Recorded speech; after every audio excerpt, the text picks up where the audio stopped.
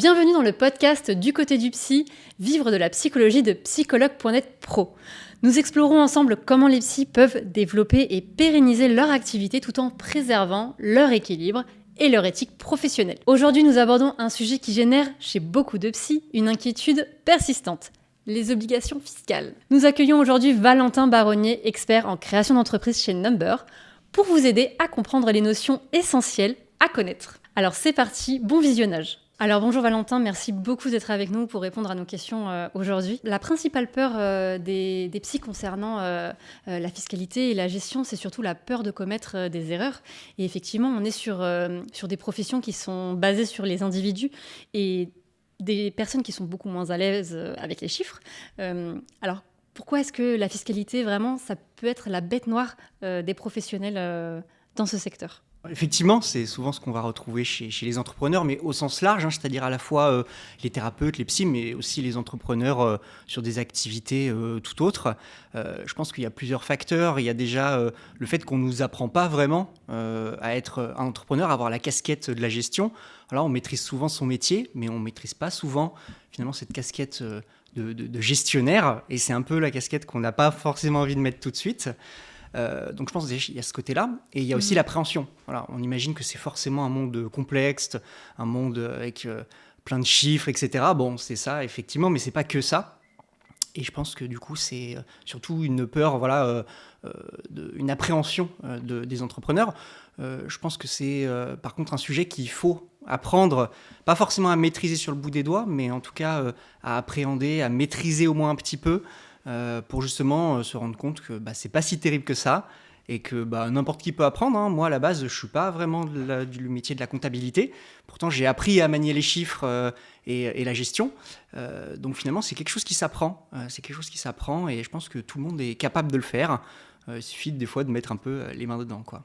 Et ça fait partie intégrante au final du lancement d'une activité. Au final, les chiffres sont forcément importants dès le début, même les premiers pas quand on choisit de choisir un tarif pour sa séance.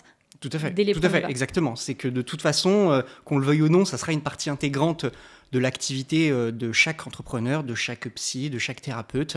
Donc même si on n'a pas forcément envie de se mettre dedans, je pense que parfois il faut se faire un peu violence et puis après appréhender le sujet petit à petit. C'est-à-dire on n'est pas obligé de se lancer tout de suite dans des analyses complexes. Aujourd'hui, il y a beaucoup d'outils, on en parlera aussi, qui permettent aussi de nous accompagner et de nous sentir un petit peu plus à l'aise. Donc je pense que c'est quelque chose où il faut casser un petit peu les appréhensions et oser y aller. Je pense que c'est surtout ça. Effectivement, ça peut faire peur puisque ce ne sont pas des sujets que l'on apprend en formation. Les personnes qui se forment dans le secteur de la santé mentale ne sont absolument pas formées à ces questions-là. Quand on se lance en tant qu'entrepreneur après et qu'on ouvre son cabinet, il faut être presque autodidacte en fait. Tout à fait. Sur ces questions-là. Tout à fait. Mais oui, et moi je préciserai aussi, il faut être curieux. Ça, c'est la grande force des bons entrepreneurs, c'est d'être curieux, de se renseigner, à la fois sur son métier, pour monter en compétence sur son métier, mais aussi sur l'aspect entreprise, la gestion, etc. Et moi, en tout cas, dans mon quotidien, je remarque que ceux qui s'en sortent bien, c'est aussi ceux qui ont la casquette entrepreneur et qui savent l'apprendre. Concernant les professionnels de la santé mentale qui se lancent, une première question très concrète, c'est comment choisir son statut juridique avant de se lancer. C'est un choix qui est très important et qui peut faire une différence à un certain moment de son activité. Oui, tout à fait. C'est un choix important qui se prend en plus au démarrage, donc quand on n'a peut-être pas encore en plus tous les éléments. Alors, il y a plusieurs paramètres à prendre en compte. Ça va bien sûr dépendre de quel type d'activité vous avez. Si vous êtes plutôt psy-thérapeute, voilà, il y a des choses qui vont s'appliquer ou non. Le plus classique, c'est l'activité libérale qui va s'appliquer pour les psys, par exemple. Mais vous avez d'autres formats, comme par exemple, effectivement, la micro-entreprise, ou ce qu'on appelle aussi auto-entrepreneur. Et pour les activités un petit peu plus importantes, vous allez avoir tout ce qui est société. Donc là, on peut parler de SASU, de URL. Et même pour des activités, par exemple, médicales réglementées, vous avez aussi tout ce qui est société à exercice libéral. Donc le choix, il va se déterminer par rapport à votre situation, à la fois professionnelle et personnelle. C'est-à-dire qu'on va venir analyser d'où est-ce que vous partez. Est-ce que, typiquement, je pars de zéro, je dois constituer ma patientèle, ou je rachète la patientèle d'un cabinet. Donc déjà, là, c'est pas la même chose. On va avoir évidemment, est-ce que je travaille à distance ? Est-ce que je me déplace ? Est-ce que j'ai mon propre cabinet où je reçois ma patientèle ? Et puis évidemment, du coup, le potentiel de mon activité, qu'est-ce que je peux facturer, quel prix je vais déterminer, etc. Et donc aussi mes objectifs. Et forcément, plus j'ai des objectifs ambitieux, plus mon activité elle a du potentiel, et plus je vais me tourner vers des statuts un petit peu plus complexes, mais qui permettent plus de choses en termes de fiscalité, d'optimisation. Donc, parfois, il vaut mieux se dire, je commence, enfin, en tout cas si c'est votre cas, voilà, je commence un peu plus petit, avec par exemple un statut libéral ou micro-entreprise, et ensuite je peux tout à fait évoluer en fonction de l'activité. Oui, bien sûr, on n'est jamais enfermé en fait dans un statut. Complètement. On peut changer. Voilà, c'est souvent une question qu'on a de la part des entrepreneurs. C'est voilà, je commence en micro-entreprise par exemple. Est-ce que je peux changer si ça se passe bien et qu'au bout d'un an, 2 ans, 3 ans, je veux bouger? Tout à fait.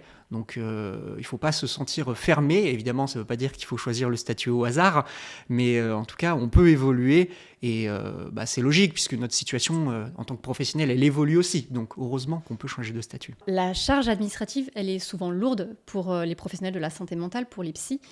Est-ce que c'est important d'apprendre à tout gérer soi-même ou est-ce préférable de déléguer? Et si jamais on délègue, à partir de quel moment il faut le faire?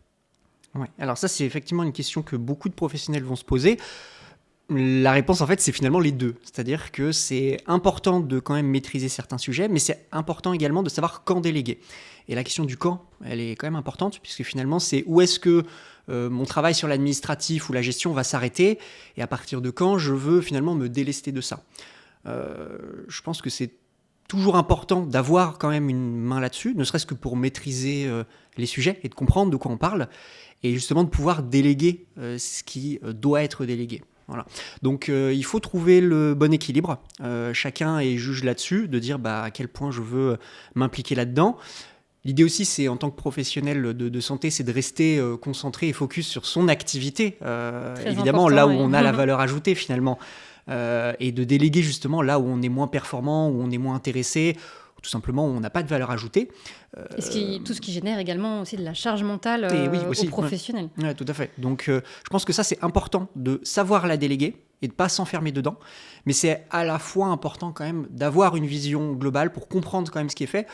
Et l'exemple très concret, c'est de dire si par exemple vous déléguez une partie de votre comptabilité, de votre gestion, et que vous discutez avec la personne qui s'en occupe, c'est d'être capable de comprendre le jargon ou tout simplement ce qui a été fait. Est-ce que ce qui a été fait, c'était ce que vous vouliez, oui. Etc. Donc en fait, il y a un stade au-delà duquel il faut se dire, ok, je délègue, je passe par quelqu'un, voilà, un comptable, quelqu'un dans l'administratif qui va vous aider à vous délester de ça et, comme vous disiez, vous aider sur la charge mentale.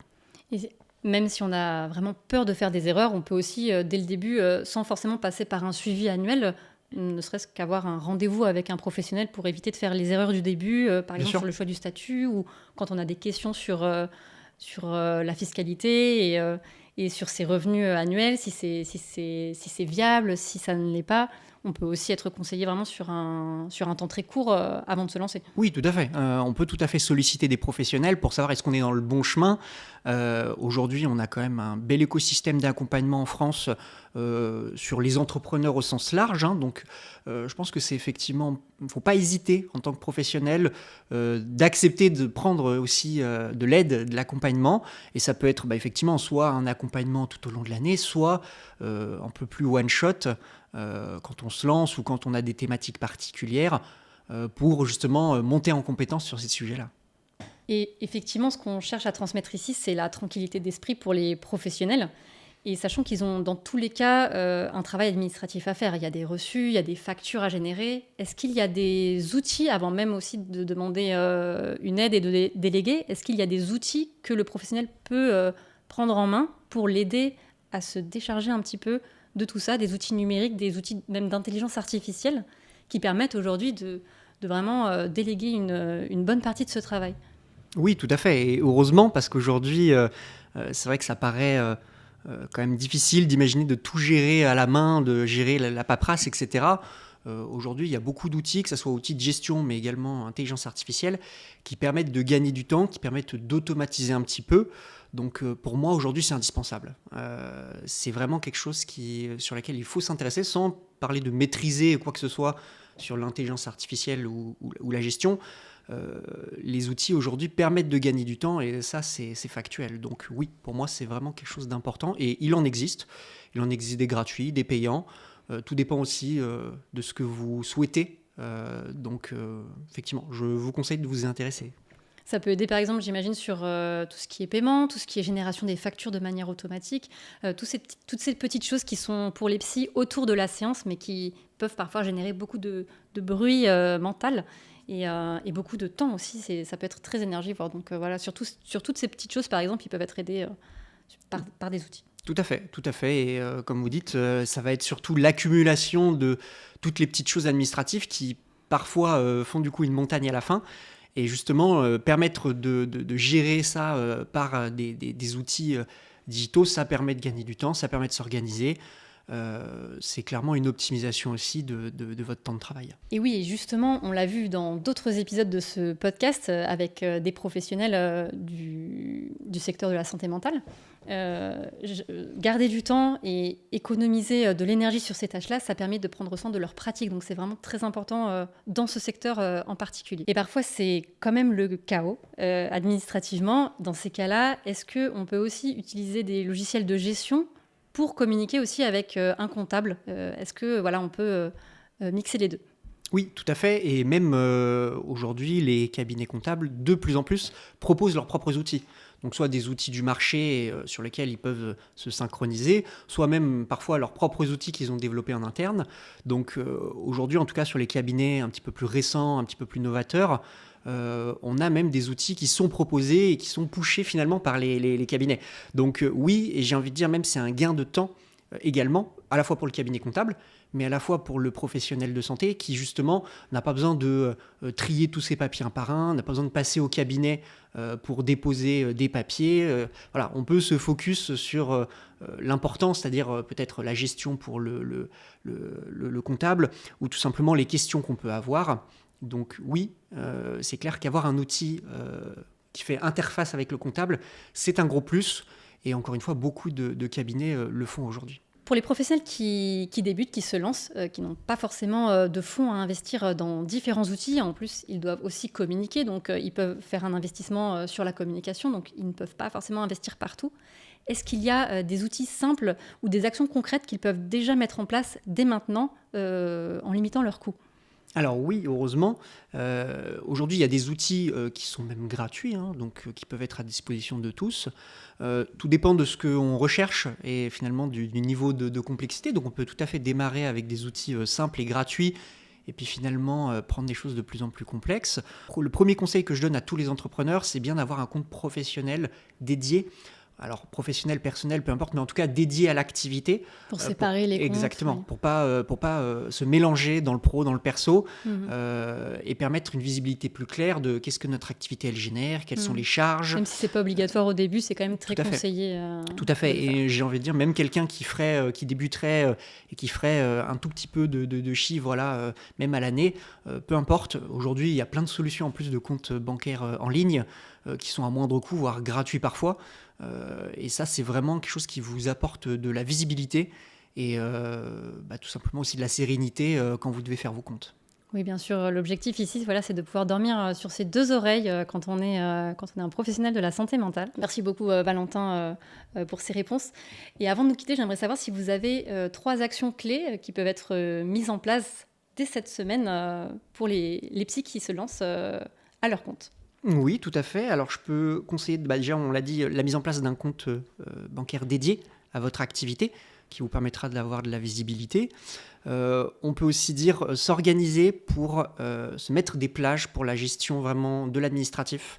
C'est-à-dire que c'est dans l'agenda, que ce soit vraiment exactement, clair. Ouais, parce que c'est des choses qu'on a tendance à repousser et à se dire je ferai plus tard et finalement le plus tard n'arrive pas. Donc vous bloquez des plages, vous donnez une routine, vous mettre une routine et se dire je m'y tiens. Par exemple 2 fois par semaine, 1 fois par semaine. Ouais, donc tout dépend du volume de l'activité, mais moi j'aurais tendance à considérer qu'1 fois par semaine, c'est un peu le strict minimum. Et puis après le temps, ça va dépendre bien sûr du volume.